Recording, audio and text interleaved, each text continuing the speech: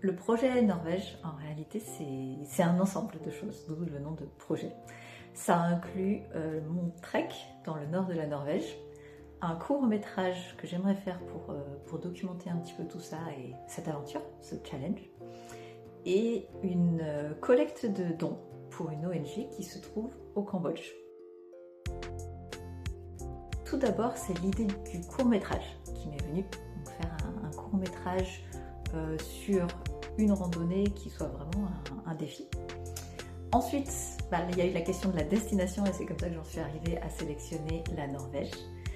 Et par la suite est venue se greffer cette idée de profiter un petit peu de tout ça, de tout ce que je crée, pour faire une collecte de dons au profit donc de cette ONG qui se trouve au Cambodge, qui s'appelle The Women Resource Center. Son origine, c'est tout simplement un festival de courts-métrages de randonnée qui s'appelle Histoire et Krapahut, et j'ai trouvé ça génial. C'est justement des courts-métrages qui sont basés sur l'histoire plus que sur des grands paysages, et donc vraiment ça nous emmène là-dedans et j'ai adoré.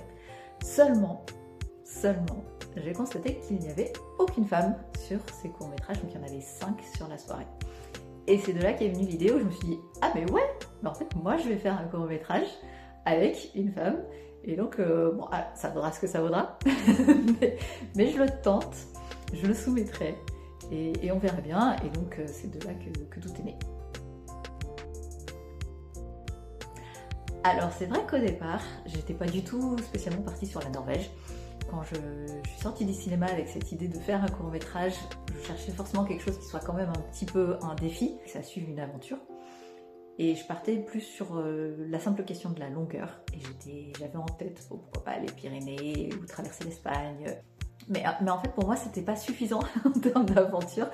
Parce qu'aller traverser les Pyrénées, c'est hyper dur, faire le GR10 ou traverser l'Espagne. Le problème, c'est que le point de départ à côté des Pyrénées, j'ai juste à prendre un TER et je suis au départ.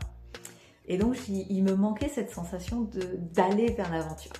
Et j'avais parmi les choses que j'ai envie de faire, donc sur ma petite liste, ma bucket list, j'ai aller faire du kayak dans les fjords.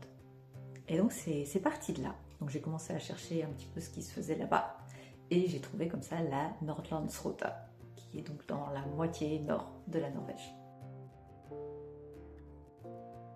L'ONG s'est arrivée par la suite, assez rapidement quand même, mais sachant que le point de départ de tout ça, c'était de dire j'ai vu des courts-métrages hyper inspirants, mais il n'y avait aucune femme.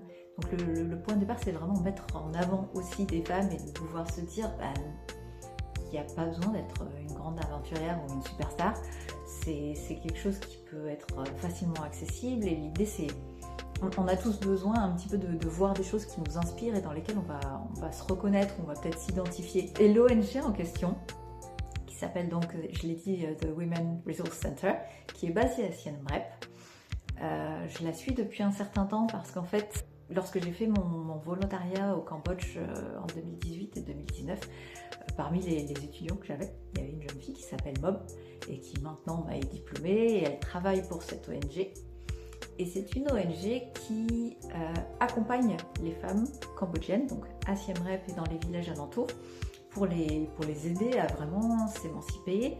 Ça les accompagne aussi dans les situations de violence conjugale, mais pas seulement en fait, c'est aussi celles qui voudraient prendre un peu plus d'indépendance, monter leur entreprise. L'ONG va les accompagner en termes de conseils, mais aussi parfois avec des petits prêts pour les aider justement à avoir le financement pour monter leur activité.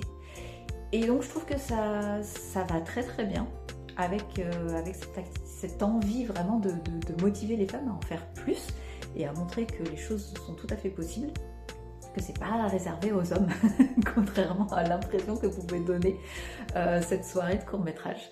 Donc je me suis dit que ce serait très sympa d'utiliser donc cette plateforme et tout ce que je mets en avant déjà pour le trek, de l'utiliser pour faire une collecte de dons pour cette ONG.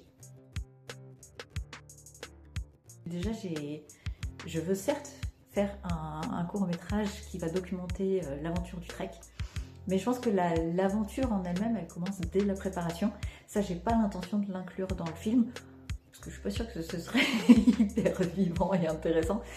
Mais comme le but c'est quand même de mettre en avant le fait que tout ça c'est complètement accessible, avec bien sûr de la préparation. Justement, je pense que c'est important de documenter ça aussi, de partager en fait comment moi je le prépare, quelle approche je prends, aussi partager les leçons que j'en tire au fur et à mesure, les choix que je fais. Donc tout ça je le documenterai au fur et à mesure, mais surtout l'avantage de pouvoir le faire sur la durée comme ça, c'est que je vais pouvoir régulièrement aussi mettre en avant l'ONG dont je parlais, parce que ça me semble aussi un élément super important, qui est un peu l'activité de fond de tout ça. Donc voilà, je vais vous retrouver dans différentes vidéos pour parler de chacune de ces petites choses individuellement et partager avec vous tous ces détails.